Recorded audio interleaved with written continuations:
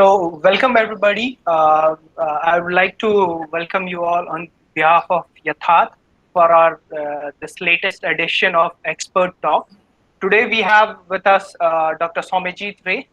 Dr. Saumyajit Ray is assistant professor at the Center for Canadian, U.S. and Latin American Studies.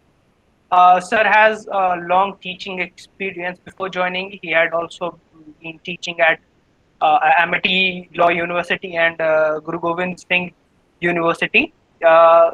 His area of interest mostly includes American political system, American domestic politics, as religion and politics.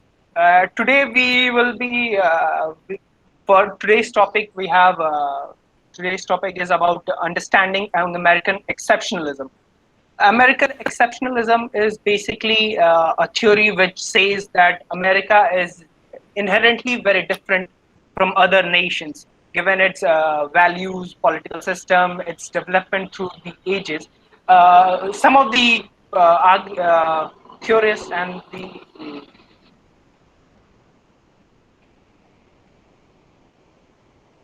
sorry for that interruption. Some scholars argue that given the America's development, it makes it indispensable nation to the entire world.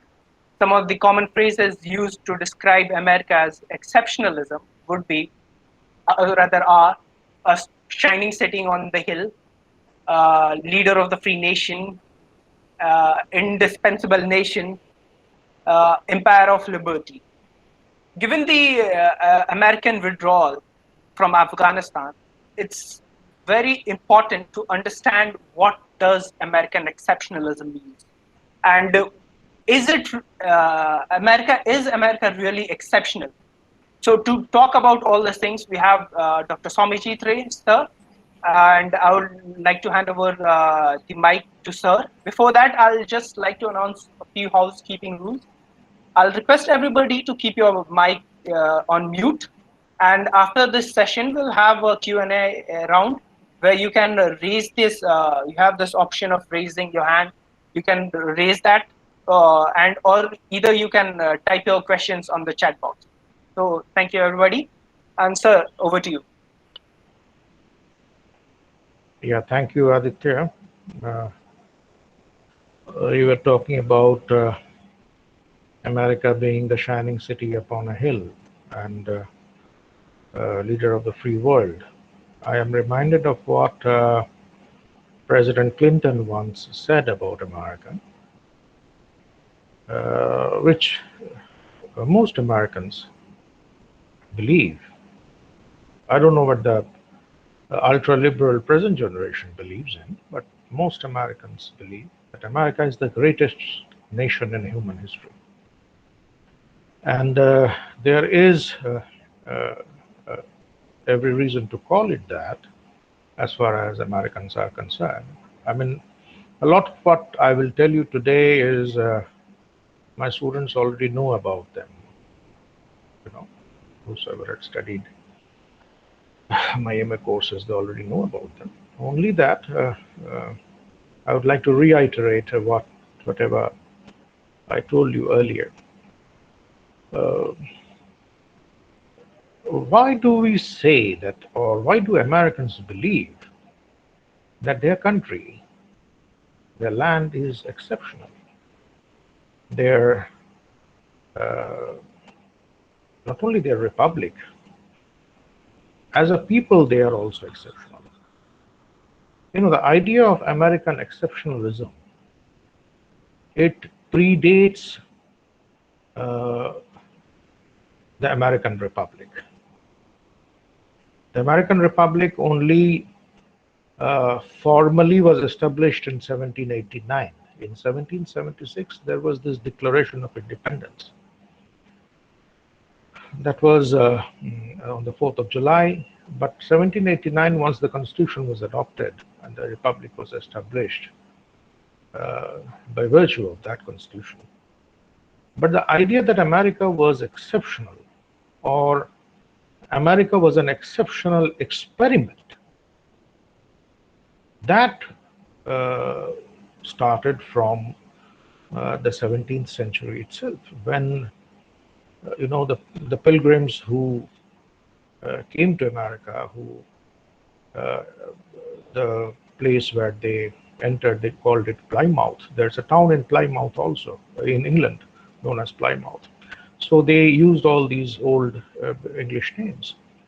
Now, why did they come? The pilgrims were actually a group of religious preachers, and who were at one point of time hounded out of Britain.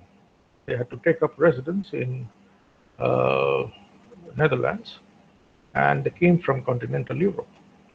What actually was the reason for establishing America? Was it because people in England, I think most of you know that the English were not the first people who entered uh, the Western Hemisphere, the American continent as it came to be known later. The first people to come were the Spanish, then there were the French, and ultimately the British came. Uh, but was it only because America held for them a bright future, bright economic prospects, because they could not do anything in England? They could not do anything for themselves. They could not make money in England. They had no prospects in England. That is why they left English shores and they landed up in America. Was it because of that? Of course, that was a reason, but that was not the primary reason. The primary reason is religious. The purpose of establishing America was to fulfill a religious objective, you know, and that was the experiment that they all talked about. If you go back to the history of England at that point of time, England from then onwards, even now, England has an established church. The Church of England is also known as the Anglican Church, which was not very kind to the other Protestants within England. Not only they were persecuting the Catholics, they were persecuting other Protestants as well. And in continental Europe, it was the society of continental Europe was a society of religious strife, religious conflict between the Catholic Church on the one hand and the various Protestant churches on the other. As you know that the Protestants are not one church, there are many churches. So the situation for people who and Europe, whether continental Europe or the British Isles, religion was an important phenomenon for them. It was very much part of their individual and collective lives. It's the same thing today with Christians, unlike Hindus for whom the religion means actually nothing. But for Christians, religion actually means a lot. And since they faced persecution because of their beliefs, in the hands of other Christians, not other religious communities, Europe was overwhelmingly Christian. So one Christian persecuting another. So to escape this persecution and to worship God in their own way, they established America. That is why America was a new experiment where this religious persecution will not exist. People will not be persecuted, tortured for their religious beliefs. And till date, that has been the case with America. No one has faced religious persecution from the time America was established till now, right? So that experiment was a tremendous experiment, a very unique experiment at the same time.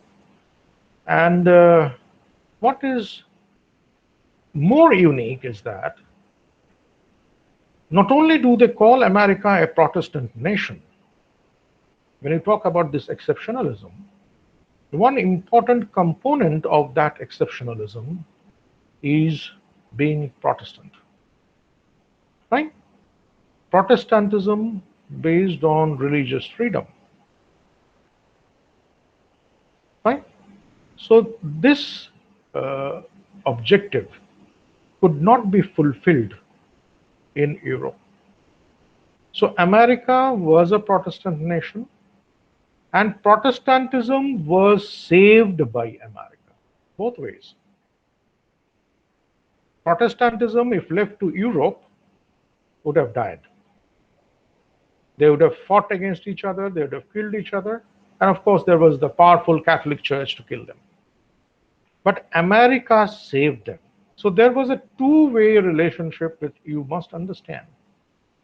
That Protestants established America to fulfill important religious objectives, and at the same time, the establishment of America, first as a society, then as a people, and ultimately as a republic, it saved the various Protestant churches from extinction. If not for America, Protestantism would have been dead. Take my word for it. No Europe could have saved it. Right? So America's beginning itself was exceptional. The purpose with which it created, it succeeded with that purpose. The purpose did not fail. They did not fail in their objective. They succeeded with that objective, and that success is continuing even today. They are reaping the benefits of that success. And because of that reason, the First Amendment was moved. The First Amendment of 1791, if you see the year 1791 is just 2 years after the Constitution was adopted. And it is the first of the various amendments, the 10 amendments which are taken together called the Bill of Rights. And it says that Congress shall make no law respecting an establishment of religion, nor prohibiting the free exercise thereof. In other words, Congress shall not promote one particular church, because that was what was being done in England. One particular church at the cost of other churches was being promoted. This should not happen. So the objective of the Pilgrims, when they established Plymouth in 1620, that objective was finally served in 1791. Right? Nearly 200 years, more than 170 years. That this doctrine of religious freedom was enshrined in the Constitution by virtue of the First Amendment. Never think that that was an attempt to secularize America. As I've told you earlier, secularism is a dirty word in America because they are English speakers and they follow the real meaning of secularism, that is, absence of God, absence of religion. They don't follow that. The meaning of secularism that we follow in India is a distorted meaning. In no English dictionary you will find that secularism means Hindu-Muslim bhai, religious amity between religious communities. That is not the meaning of secularism. The meaning of secularism is the absence of religion, absence of God. No Christian would ever believe in in an existence devoid of God and His Son, Jesus. No Christian would ever even uh, think of such a world, or think of existing, living in such a world, or even dying in such a world. So the First Amendment was not an attempt to secularize America, to make religion irrelevant, to rob people of their religious identity, to divest people of their religious loyalties. That was not an attempt to do that. It was just an attempt to prevent the state from promoting one particular religion. In other words, one particular church. And the second thing that you should keep in mind, that the First Amendment was not an attempt to promote all non-Christian religions. They had no idea of other religions at that point of time. The only other religion that they were aware of were Judaism. Other religions they were not aware of even. They have not even heard. They're not even heard of other religions. Even not many people have heard of Islam, let alone the Asian religions like Hinduism and Sikhism or whatever. So what they meant was that one church should not be promoted over other churches, should not be promoted at the cost of other churches. That was the meaning of the First Amendment, not to promote non-Christian religions. It is a very distorted attempt by liberals to say that the First Amendment actually gives the freedom to practice a religion to all religious communities. That was not the original intention. The original intention was to give the freedom to all Christians. And all Christians do not practice their religion the same way. Even though the cardinal beliefs are the same, their practice is not the same. But the original intention was not to promote other religions. The effect of the First Amendment, the impact of the First Amendment became that all other religious communities who entered America from 30th June 1968, when the Immigration and Nationality Act 1965 became operational, from that day onwards, whosoever entered America, whether Muslim or Hindu, Sikh, whosoever it may be, they took advantage of the First Amendment. Fine? So that was not the original intention. The original intention was to provide religious freedom for the practice of all kinds of Christianities, if I may use the term. This is something that no Christian country ever did. Even now, in Britain, if you are not Protestant, you cannot become prime minister, let alone becoming king. In any case, you can become king only if you belong to a family. You cannot become prime minister if you're not Protestant. So that's a very, and you should not think that Britain is a secular state like India. Britain, the state of Britain is actually, it belongs to the Church of England. One of the titles of the monarch is she, now she, earlier it was a he, is that the monarch is the defender of the faith. So no other Christian country would, do that. I mean, France had a history of militant anti-religiosity, despite a very powerful presence of the Roman Catholic Church.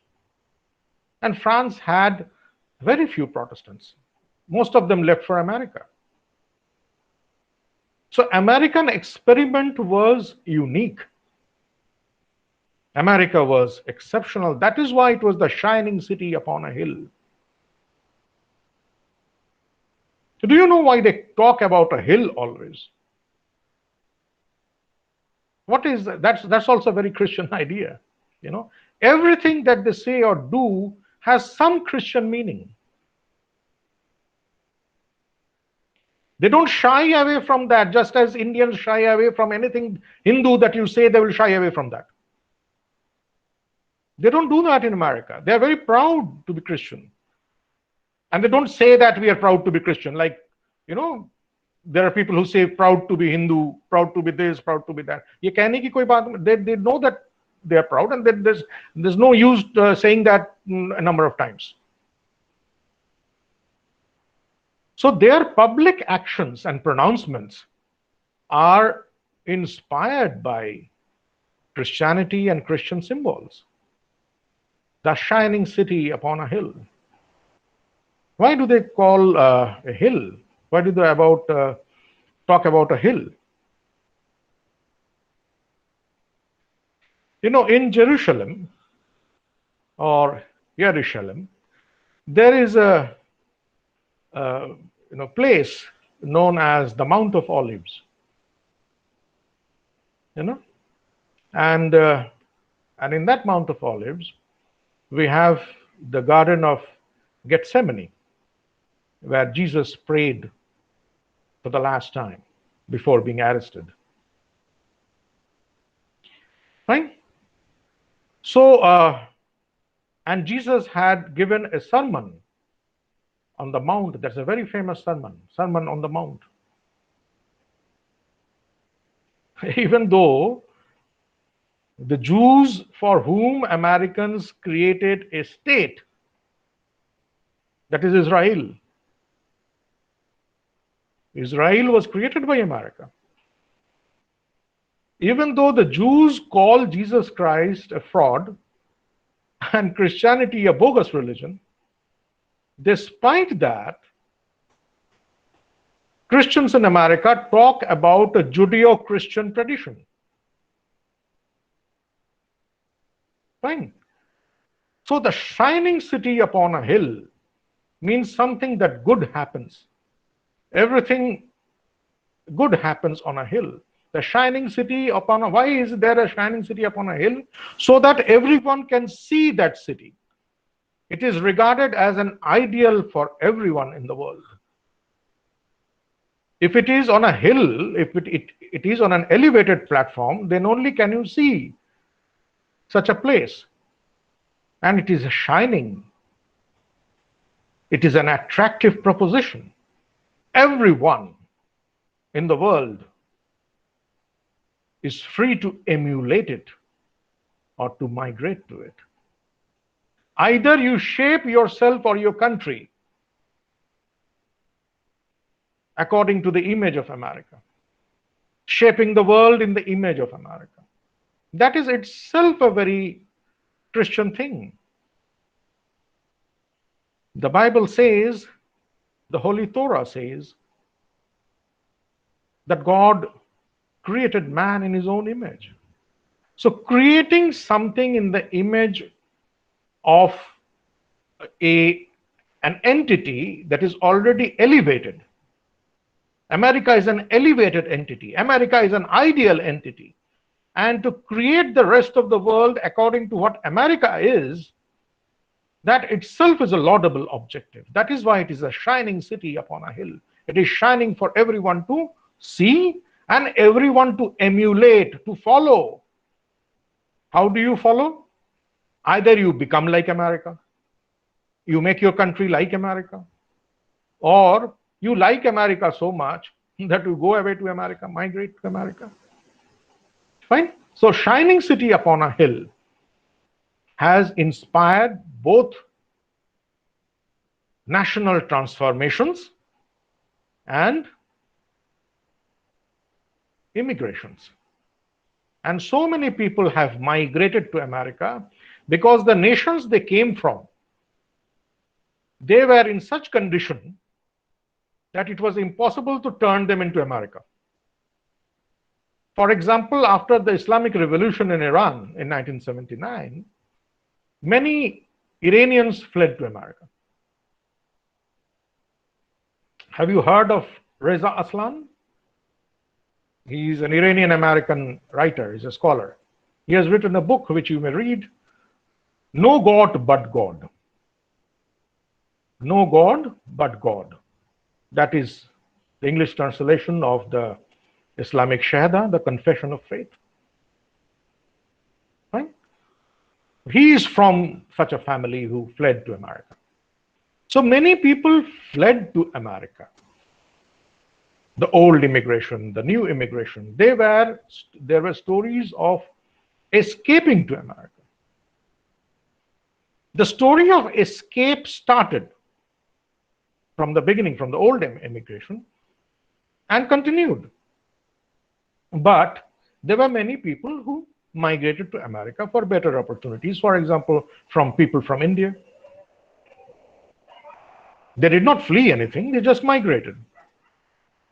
Because they were personally capable, they were scholars, they went to America, they settled down there, and they gave back to America.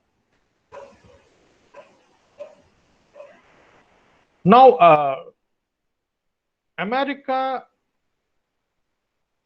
believes in collective responsibility, and these are all part of that exceptionalism. Collective responsibility. It is not the responsibility only of the President of the United States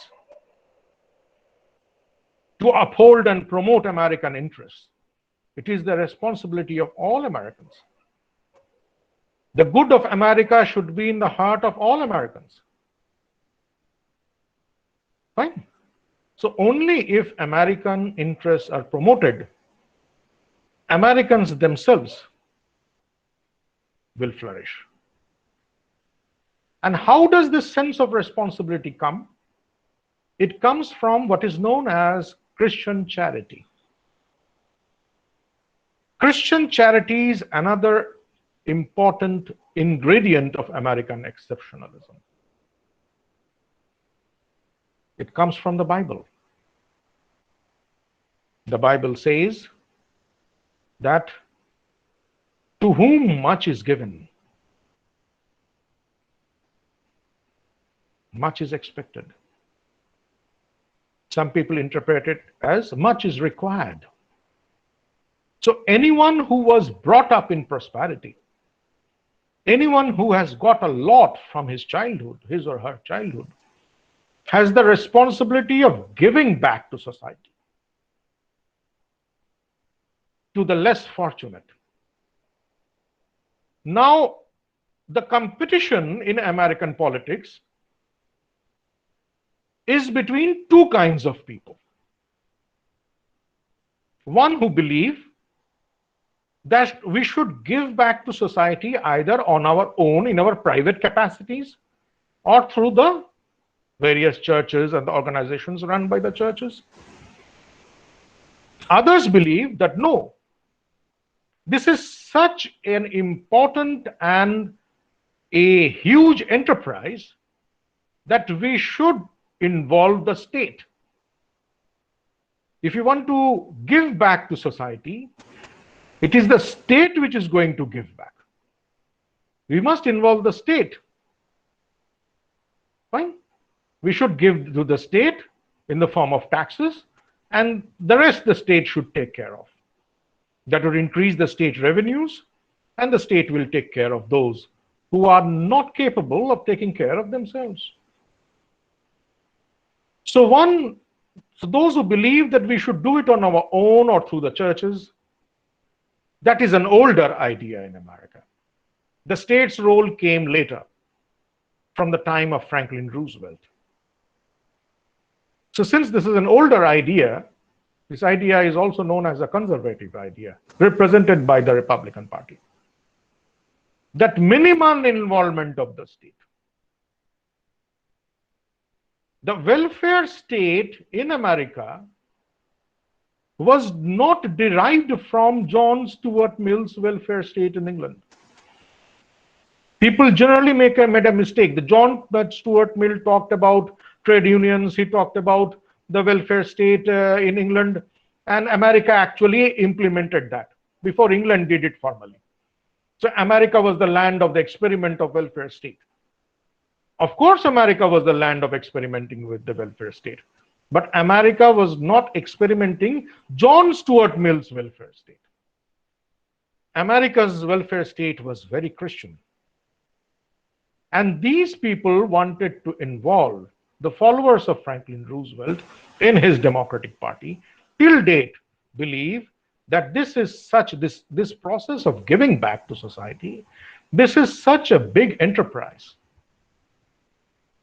that it cannot be left at the mercy of individuals and churches and other organizations.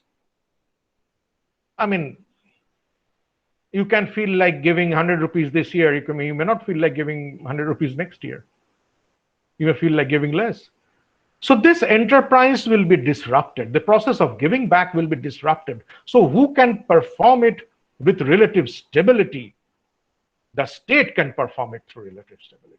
So America's welfare state is also Christian. Franklin Delano Roosevelt's welfare state that talked about the role, the expansive role of the state, the responsibility of the state to secure better lives for unfortunate individuals, or rather individuals less fortunate than ourselves. If you don't say unfortunate, less fortunate than ourselves, that itself was a Christian idea. And if you read Lyndon Johnson, he was not a very devout man, but if you read him, under him the welfare state expanded the most. Fine. He was also looking at the welfare state, welfare activities of the state like that. So America's welfare state is not a communist state. It's not godless communism. It is different from the welfare state of Europe, or for that matter, the welfare state of India, which enforces family planning on only one section of the population. It is not like that in America. Even the welfare state has religious roots. It's very much Christian. Without Christianity, there is no America. Fine. So this is the other ingredient of American exceptionalism. That America is itself serving an elevated purpose. And that purpose first is a domestic purpose before it becomes a foreign policy objective.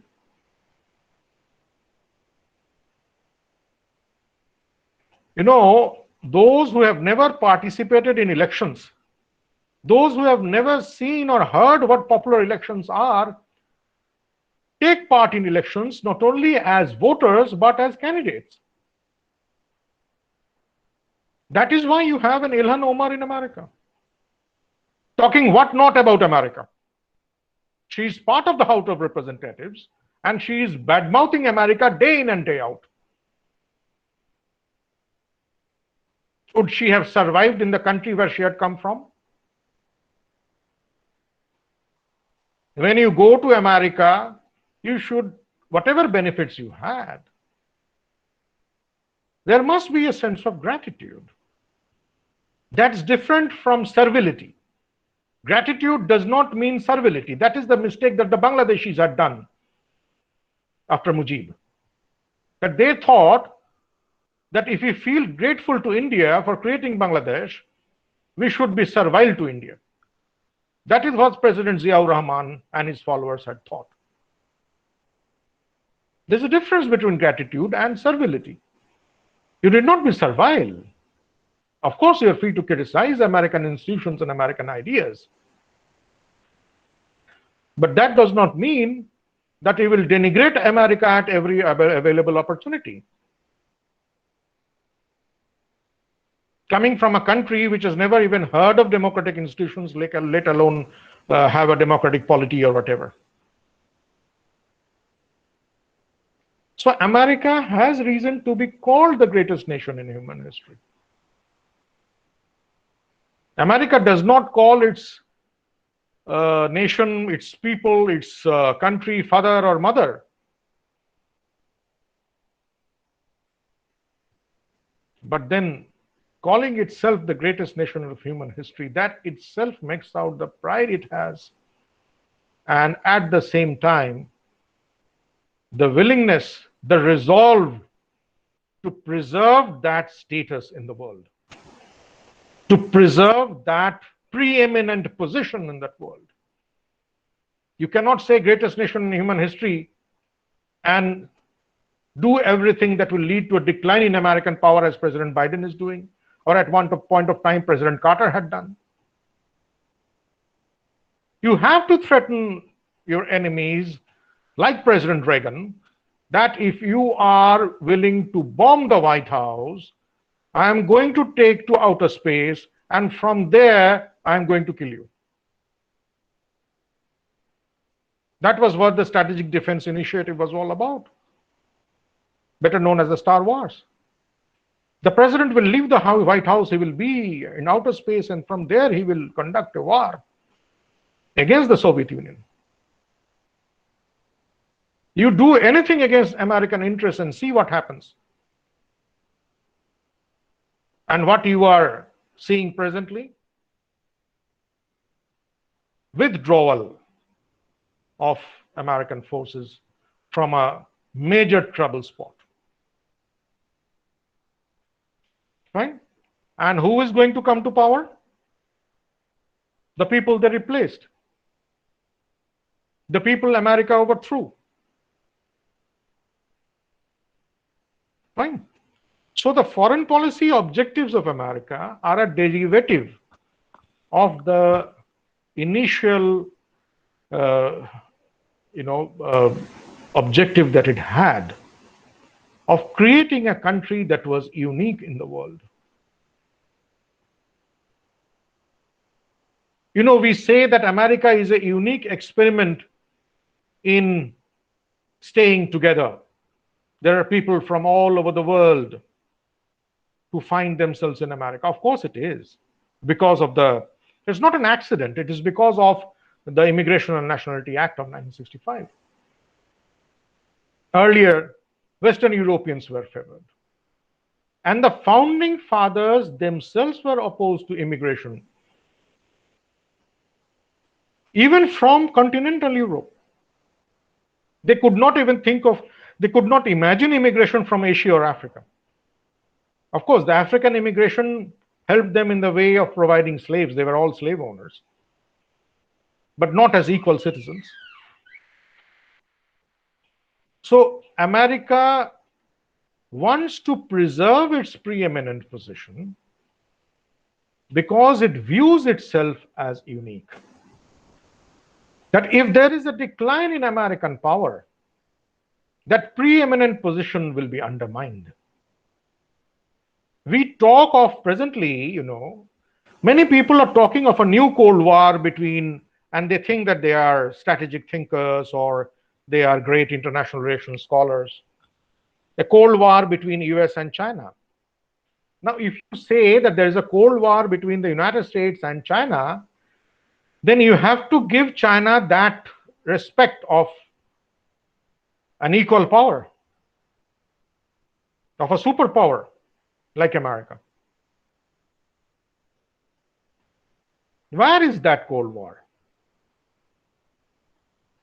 The Cold War ended in 1991. The Chinese does not have it in themselves to do that. If you say that there's a Cold War, you are providing it the importance that it does not deserve, that the Chinese does not deserve. Fine. Many people in this world will be happy if it is a China-led world instead of an America-led world. Many people have talked about American imperialism from the time of the Korean War. And it was reiterated during Vietnam, that America was a country that wants to first create an empire and expand that empire. There was a reason for doing that, because there was a rival empire.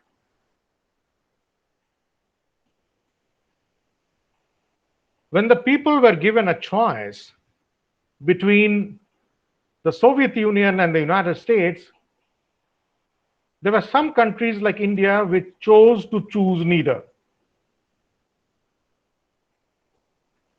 They walked and espoused a politics, a doctrine, which became irrelevant over time. That is non-alignment. They chose to choose neither. As if the freedom and democracy that America championed and the totalitarianism that the Soviet Union championed,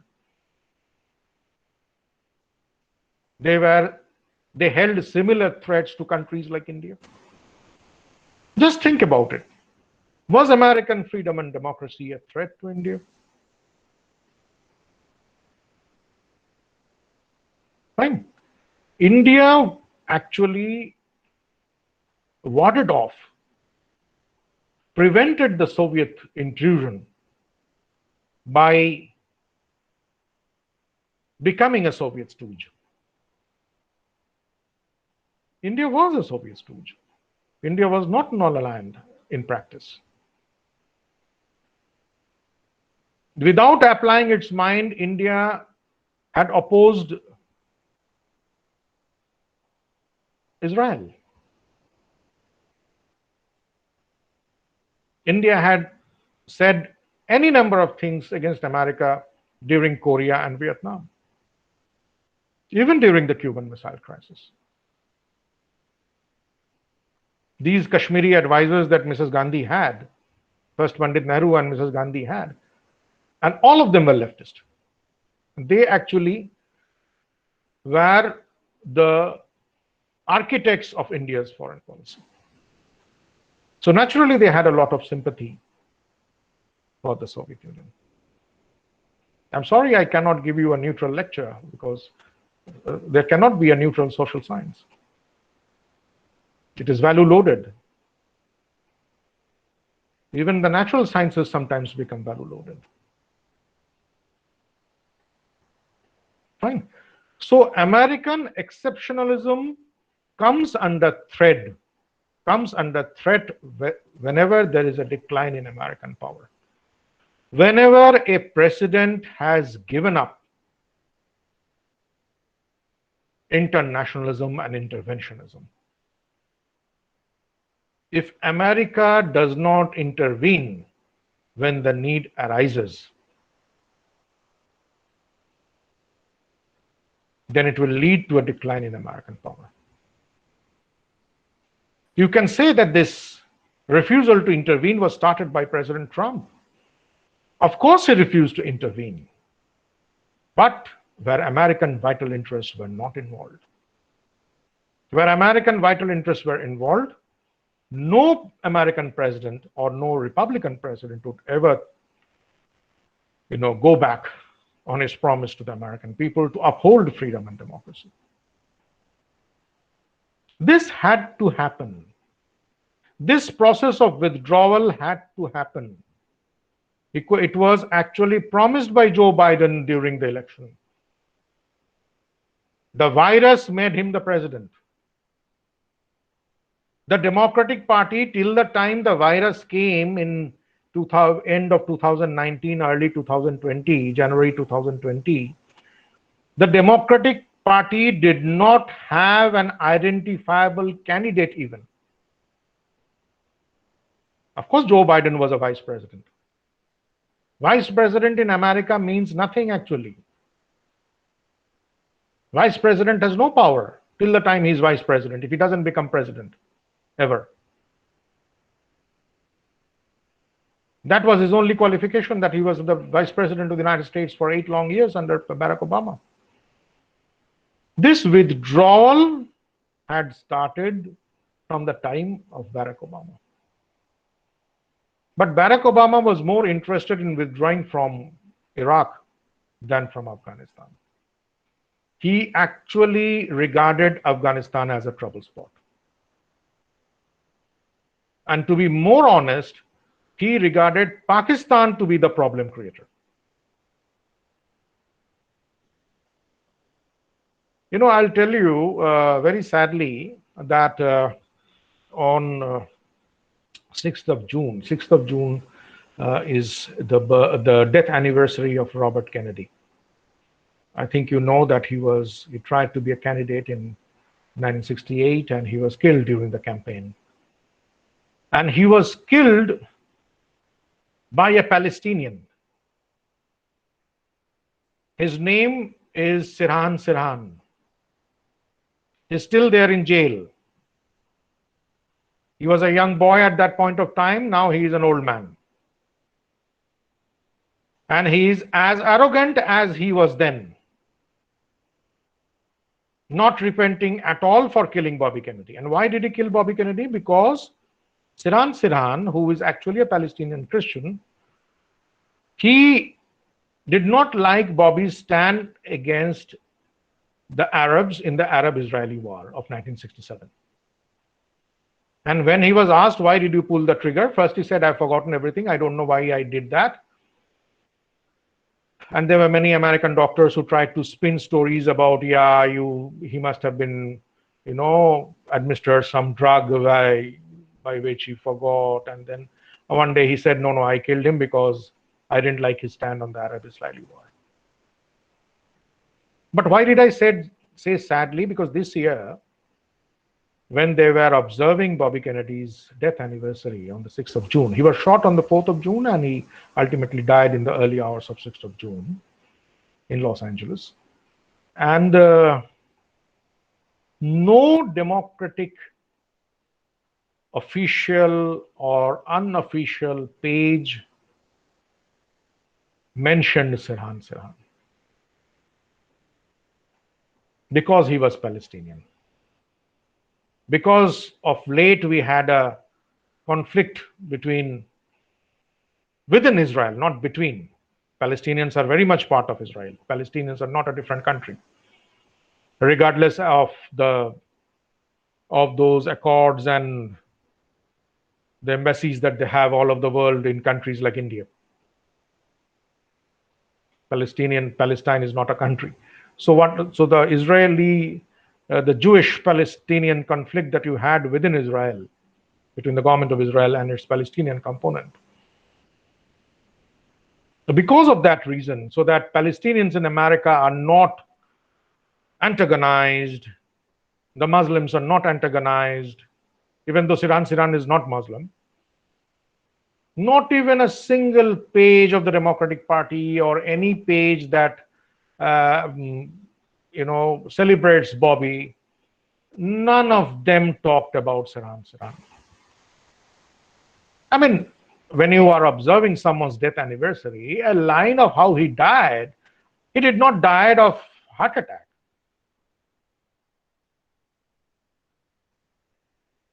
ठीक है? या हुमायूं जैसा सीढ़ी से उतर रहे थे और पैर फिसल के मर गए, ऐसा तो नहीं था, वो उम्र भी नहीं थी उसकी. So why did he die? He was killed. And no one talked about the person who killed him or why he was killed. They are so ashamed to say that Bobby Kennedy, who was a Democrat, actually supported Israel. Why did Bobby Kennedy support Israel? Because it is the Democratic Party which actually created Israel. It's the Democratic president who created Israel. That was Harry Truman. So why shouldn't Democrats support Israel? What's wrong in doing that? But at the same time, they are so afraid of losing their vote, their voter support. Something that you call vote bank in India, they call voter support in America.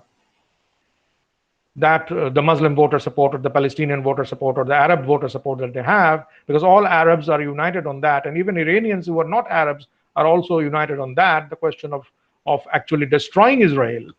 None of them talked about Sirhan Sirhan. Fine. So America should not be apologetic. The old Democrats were never apologetic. The new Democrats are. The apology started from the time of Barack Obama. Joe Biden who is much senior to Barack Obama, of course. He has continued that tradition. Joe Biden is a much senior senator. I mean, he was not a very prominent senator who had done many, he had many achievements in the Senate, nothing of that sort. He was a senator who was elected a number of times from the small state that he represents, that is Delaware. And he's not like Ted Kennedy, who was known as the Lion of the Senate. Even Barack Obama, who was a one-time senator, he had made a mark in the Senate because he criticized George W. Bush's Iraq policy by saying that if we are going into Iraq, we are actually going to create new insurgencies. And America ended up creating new insurgencies in Iraq. And that is why he was so eager to leave Iraq the moment he became president. This kind of decline in American power we had seen during the time of President Carter. Fine. He used to talk about human rights and everything, but the Soviet invasion of Afghanistan happened during his time. The Iranian Revolution happened during his time. The Shah of Iran, who was actually an important American ally in the Middle East, he was removed by that revolution. And he was a mute spectator.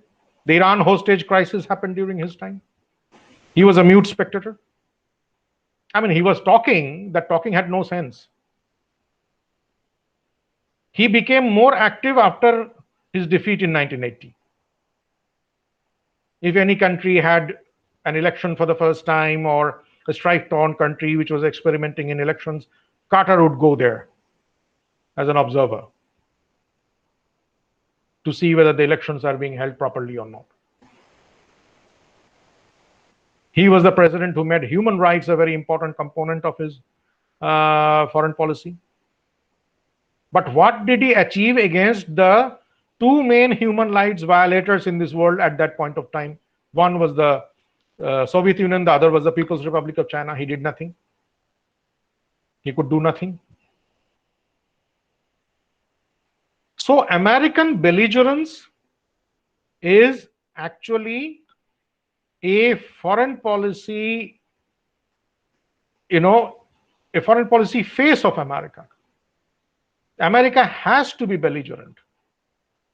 That face has to be shown to the world. No one should feel like trampling America, trampling over America. And no one should, within America, no American president should do anything that would encourage anyone in the world to intimidate America. Regardless of Paul M. Kennedy's rise and fall of great powers, I would not like to believe that the presidency of Joe Biden would inaugurate the fall of America in the world, because the decline of American power would actually lead to a less secure world. Not only political freedoms of individuals in a country, but sovereign freedoms, sovereign states. What are sovereign freedoms? Freedoms pursued by sovereign states, like we have in India. Those will be in danger if a totalitarian country like China starts calling the shots. Because China is not only a political threat, it's an economic threat and a military threat also. At one point of time, it was an ideological threat. Now it is no more an ideological threat. It doesn't itself follow Mao.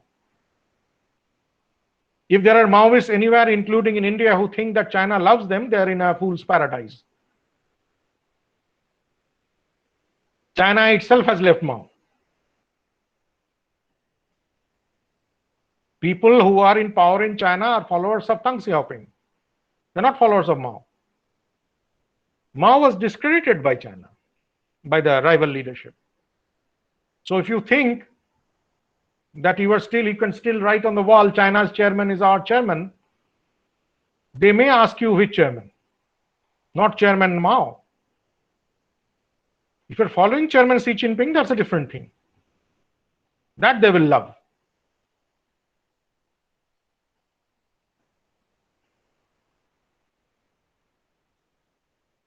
China has economically entangled the free world. I think, this laptop I'm speaking from, it was taking a long time to open one day, and suddenly I,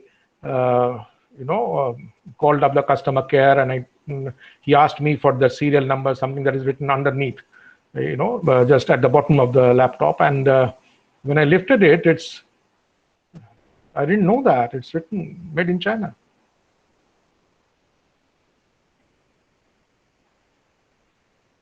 अब क्या करें, है तो है, अब सारे चीज वहीं के हैं, बट अब अमेजोन से अगर खरीदने के पहले तुमको देखना तो पड़ेगा, अगर पसंद नहीं है, अगर बहुत सबसे बढ़िया चीज पसंद है, तुम देखोगे पहले कंट्री ऑफ ओरिजिन, उसमें लिखा होता है सबसे बढ़िया चीज जो है कंट्री ऑफ ओरिजिन वही है ना? ठीक है, तो it is an economic threat, it is a threat to the ecology also. Tiger poaching के पीछे है वो चाइनीज हाथ है. वो not only do they have parks where they raise worthless tigers, माने वो टाइगर को तुम झापड़ मारोगे भी तो वो कुछ नहीं करेगा तुमको.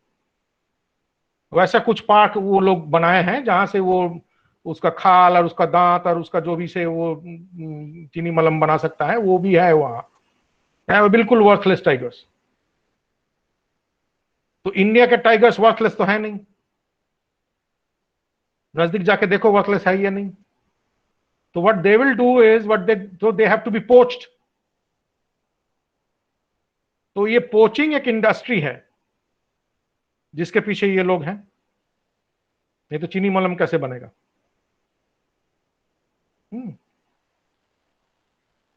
सो they are a threat to everything. कोई आइडियोलॉजिकल थ्रेट नहीं है, वो नहीं है. तो उसमें वो आइडियोलॉजी में वो they are not interested also. People who have a lot of money, they are actually not interested in ideology. Ideology, politics, they are important for people who don't have money and who are perpetually middle class like us. क्योंकि हम तो जिंदगी भर middle class ही रह जाएंगे और वो सबसे वर्स्ट काइंड ऑफ एग्जिस्टेंस तो हमारा ही है, isn't it? So China is a threat to the economy, to the ecology. It is a military threat because it is an imperialist power. तो तुम्हारा टेरिटरी ले लेगा, बोलेगा ये चाइनीज है.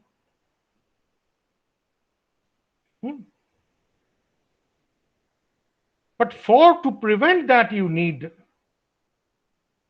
an America. Just imagine, despite America, China could occupy Tibet. Now, what will happen if American power ceases to exist?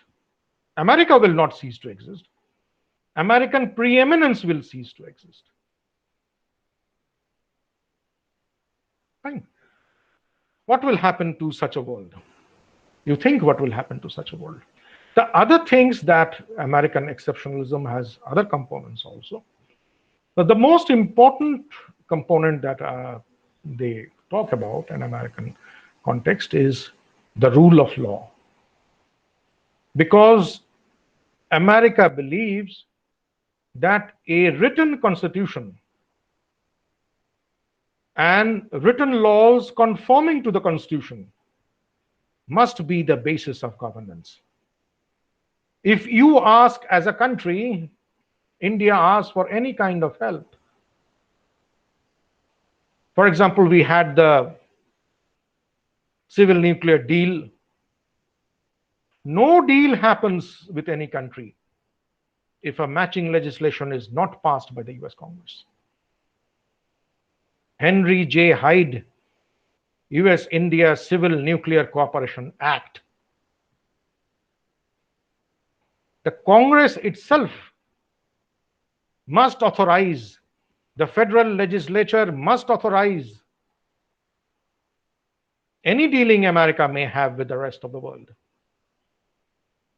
And what does it mean when we say that the Congress must authorize? It means that the American people must authorize. The political sovereign actually reiterates the popular sovereign, reinforces whatever the popular sovereign wants. It cannot be in contradiction with that, especially in a democratic country. If the country is not democratic, in any case, we'll not talk about a popular sovereign. So a government of the laws. Why was an emphasis on the government on the laws? The emphasis was on the government of the laws because Europe had a history of arbitrary governance. This tradition was sought to be ended in America. So there was no arbitrary governance in America. No president would try to arbitrarily govern. His hands are tied, not only by the Constitution, but by the American system of government that has been laid down by the Constitution. Fine. And this is what America tries to promote in the rest of the world.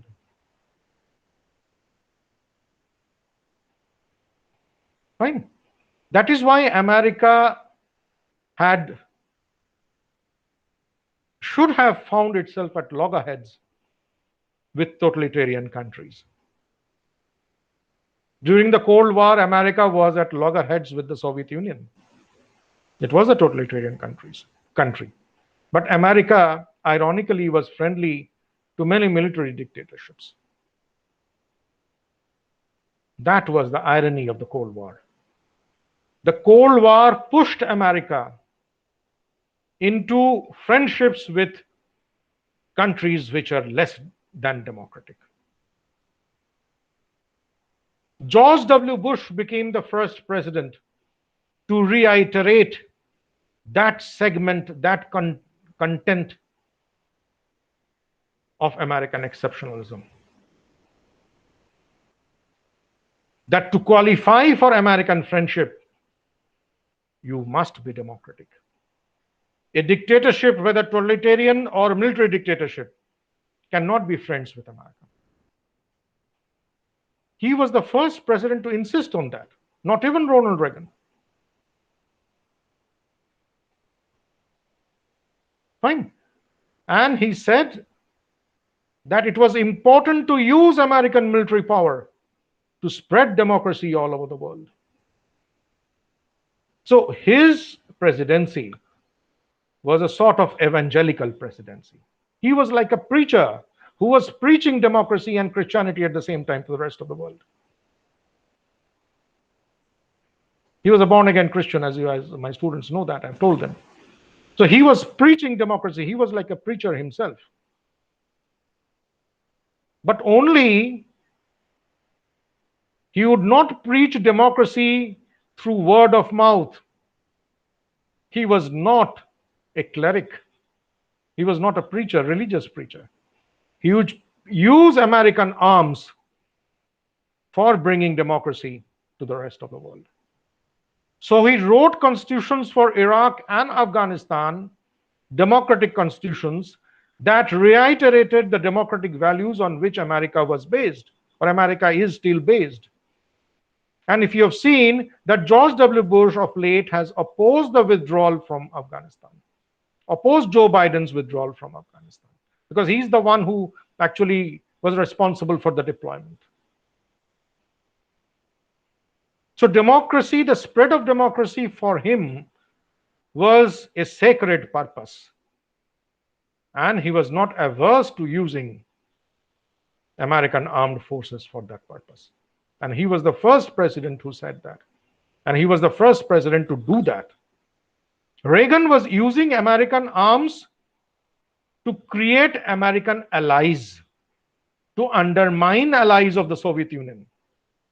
On the other hand, George W. Bush was using American arms to spread democracy in countries which had even never heard of democracy.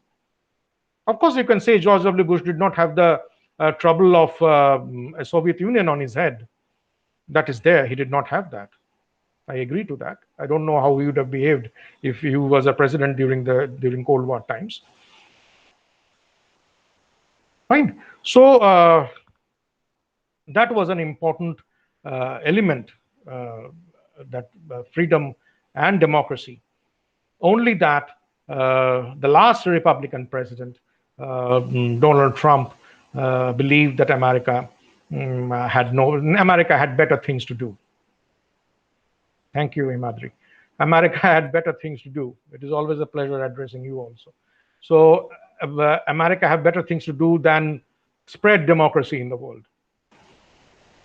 Let's be democratic within America. And he said that there were forces within America which were actually trying to undermine democracy. Fine. So he was more interested in America. That is why he said America first. Make America great again. Sorry to disturb, sir. We have this timing issue with the Google Meet. Okay. So we'll have to wrap it up. So I thought I'd spoken for a long time now. So anyway, so that's how it is. So these are the components, the elements of American exceptionalism that you must remember. The other thing that you must remember is that once America loses power militarily, American exceptionalism will be challenged. American exceptionalism will be undermined. That should not happen. Thank you very much. Thank you so much, sir, for this elaborate session. I think you have very much laid the basis from where the American exceptionalism found its root. So I think if we have any questions, we'll just take a few due to the paucity of time. If any one of you have any question, please raise your hand or write it in the chat box, or else we'll just wrap it up.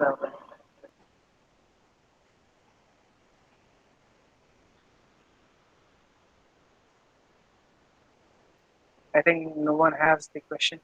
So thank you so much. That's very sad. But one thing I can say is a 2-hour class is always better than a 1-hour lecture. That's definitely so. Having studied from you, we can certainly say that.